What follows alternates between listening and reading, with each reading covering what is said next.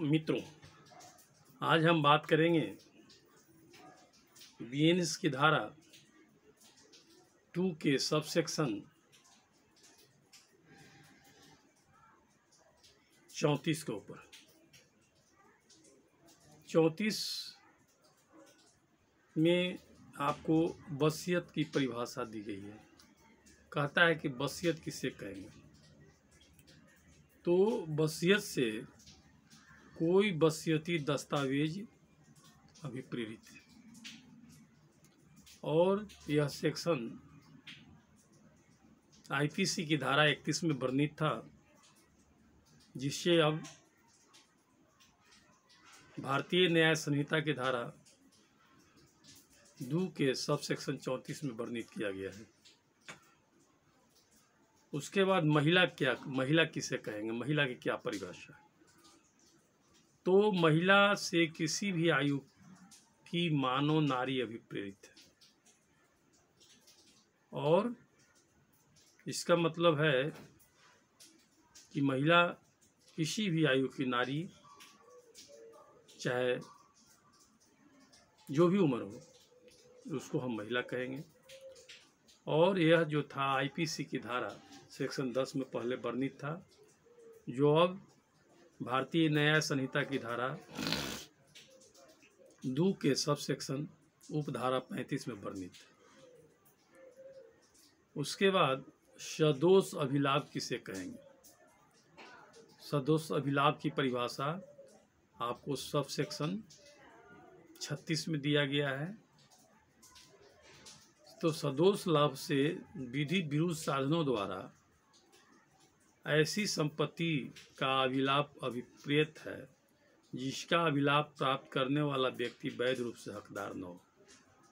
यानी जो कोई व्यक्ति नियमतः वो जो लाभ ले रहा है उसके लिए हकदार नहीं हो और जानबूझकर यदि वो लाभ प्राप्त कर रहा है तो सदोष लाभ कहाएगा।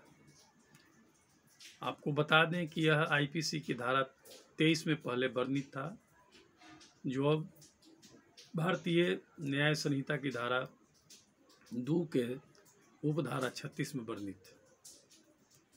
उसी तरह से सदोष हानि का मतलब क्या है। तो सदोष हानि का मतलब है कि विधि विरुद्ध साधनों द्वारा ऐसी संपत्ति की हानि अभिप्रेत है जिसकी हानि उठाने वाला व्यक्ति वैध रूप से हकदार हो।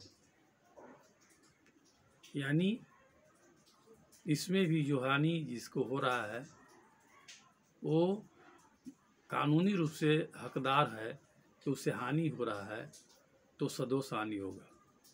और यह है आपको आईपीसी की धारा पहले 23 में वर्णित था, 23 के पारा 2 में।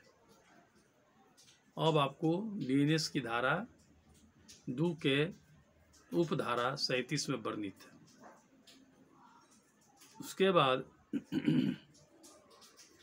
सदोष अभिलाभ प्राप्त करना और सदोष हानि उठाना किसे कहेंगे।